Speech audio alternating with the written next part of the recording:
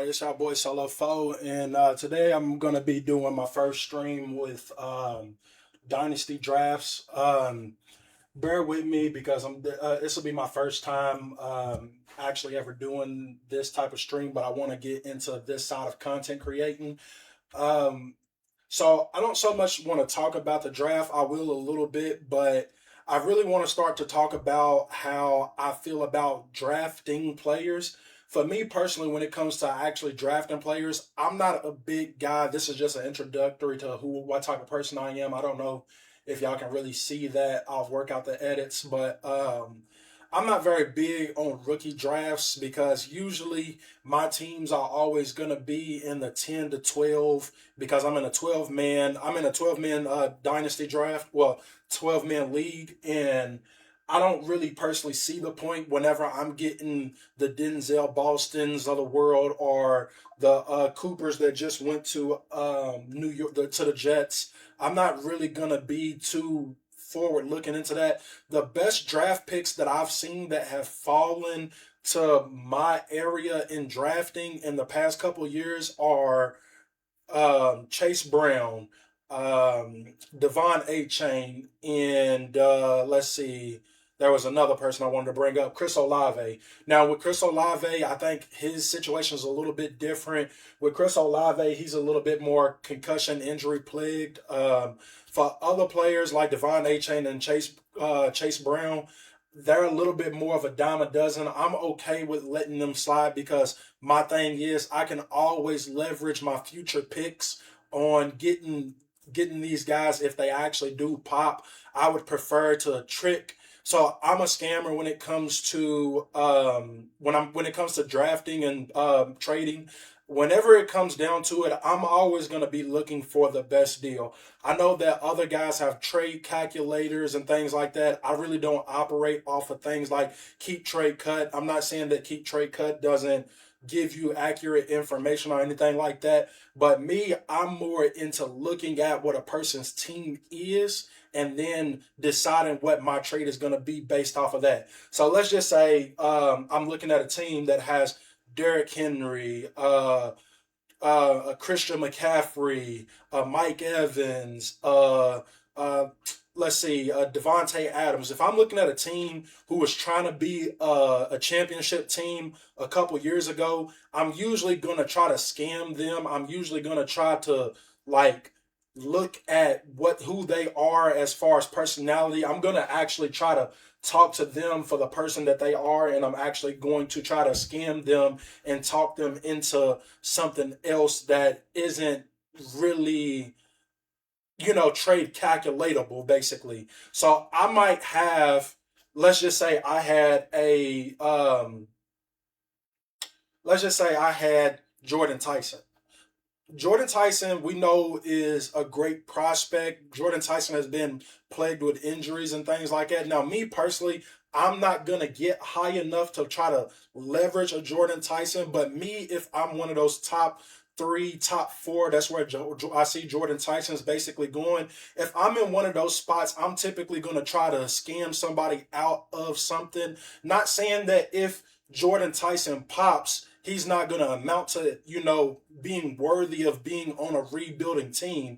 What I'm saying is, if I'm already a rebuilding team, I am personally going to go and get myself more trade value with picks and stuff like that because I've noticed over the past years that people get attracted to pick compensation. They look at pick compensation and they don't actually think of where these picks are going to be. Like, let's say I have, for instance, I don't know if you guys can see it, but the guy on the far end, which is TJ, he won the league last year.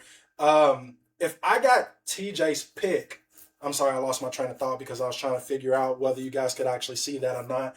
But when it comes to just these trades, I'm going to go leverage with them, and people are going to look at TJ's pick, and they're not actually going to notice, like, okay, TJ's pick is going to be the 12th to 10th pick every single year. And because TJ is always going to be more proactive when it comes to trades, who's hot, who's not, he's going to try to scam, he's going to try to figure out who he can pick on to basically trick out of their position. Just like me, I'm going to do the exact same thing. So basically, I'll be at the back end of the draft and I'll say, hey, look, I'll trade you 2 first rounders for Jordan Tyson. And people will be like, oh my God, 2 first rounders? And they'll basically only look at the 2 first rounders. Now, in places like Keep Trade Cut, if you use those type of things, they'll try to show you how not to get scammed, that way, because they got it basically cooked in, like don't let yourself get fooled, basically. But basically, you're still dealing with raw human emotion.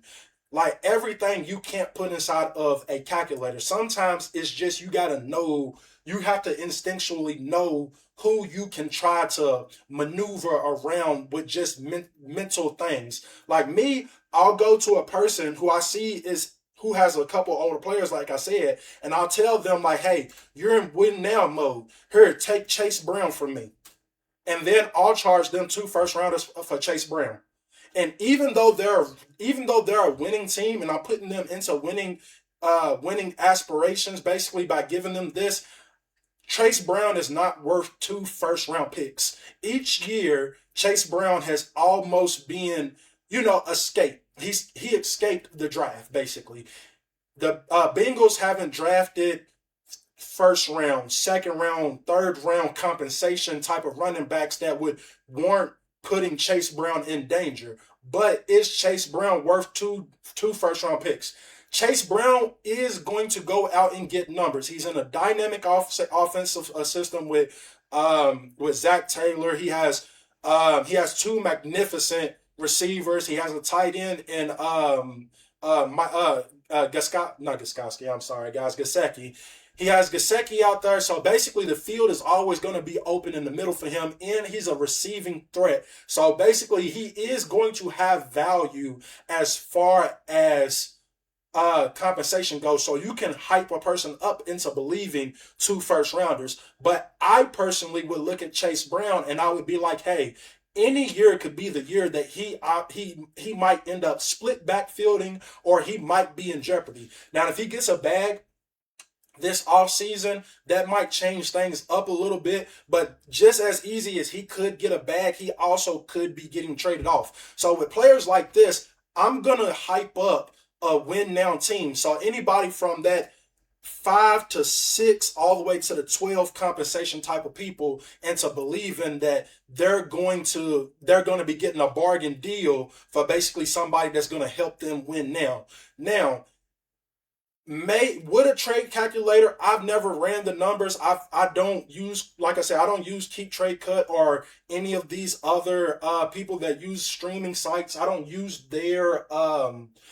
platforms to try to decide what I am going to do as far as trades. Like I said, I base myself off of raw emotions. So basically, I'll gauge what a person has to say, and I think that's a part that I think, because when people do these drafts, they look at people and they look at sports books and things like that, and they try to figure out where everybody else is going, whether it's in a dynasty, whether it's a fantasy redraft, like ESPN or things like that. They'll look online and they'll look for people to tell them things. But me, I am somebody that will tell you, who are you talking to?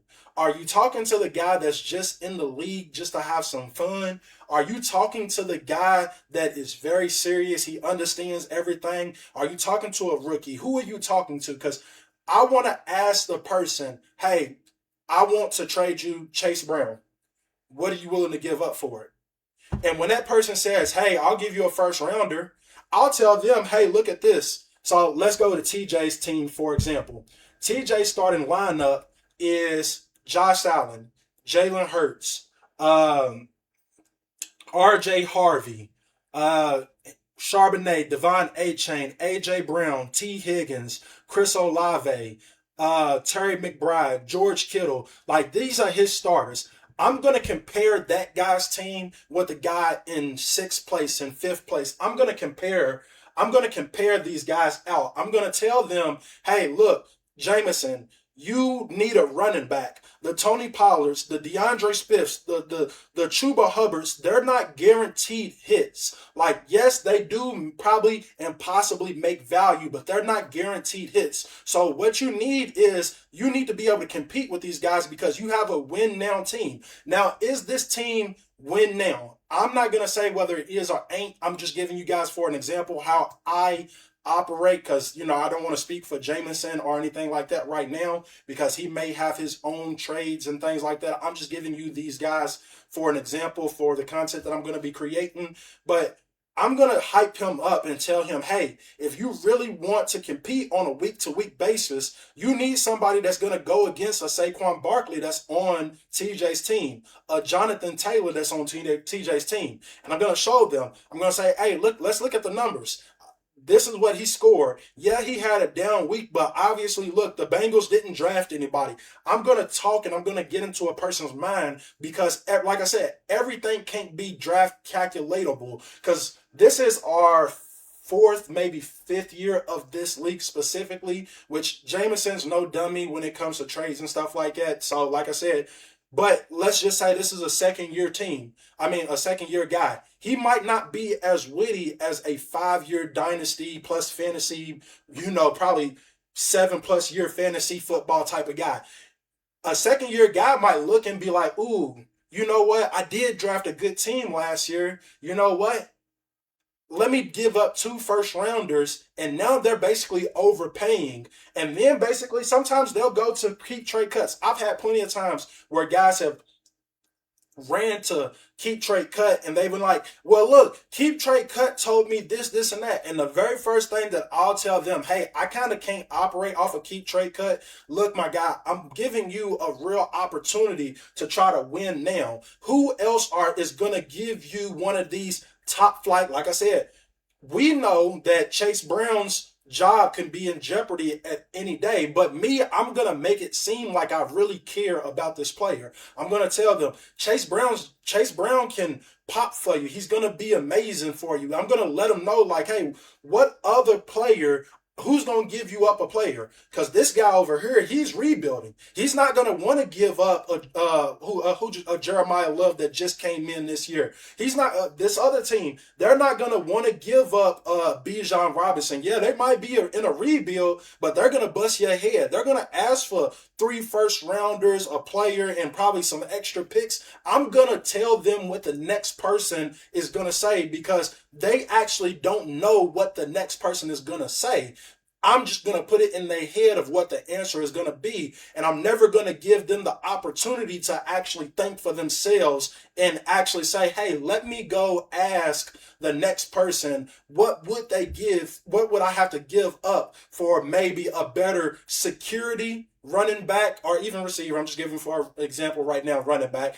For security purposes, like, job security, like, let me go ask Bijan's owner, hey, will you do 3? I'm not going to let them think that. I'm going to make them think that I know what the answer is going to be, and I'm going to put it in their head, and I'm going to trap them in a thought process. Yeah, it's a dirty game, but I'm sorry.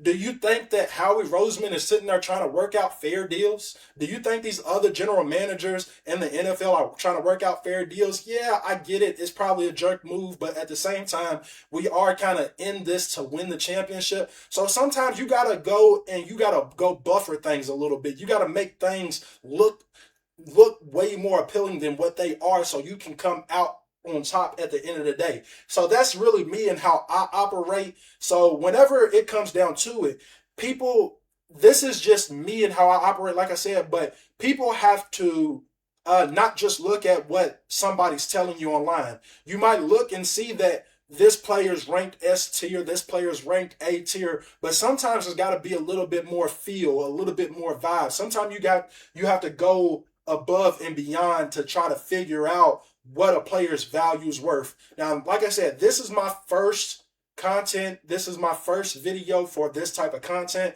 but I will be doing more of trade breakdowns. I'm going to show you some past trades that I've done. I'm going to show you some past trades that I have an opinion on. Hopefully you guys can send me in some trade some future trades that y'all want. And I'll go over the whole league with you guys and look and see who I would target, how I would speak to them. Hopefully we can build a good community of how we can, build on, championship mentality. Now, I don't have a specific branding right now, but once we get into a specific branding, we're going to, hype that up a little bit. But as of right now, let's try to build a community. And I hope to work with everybody that's watching soon.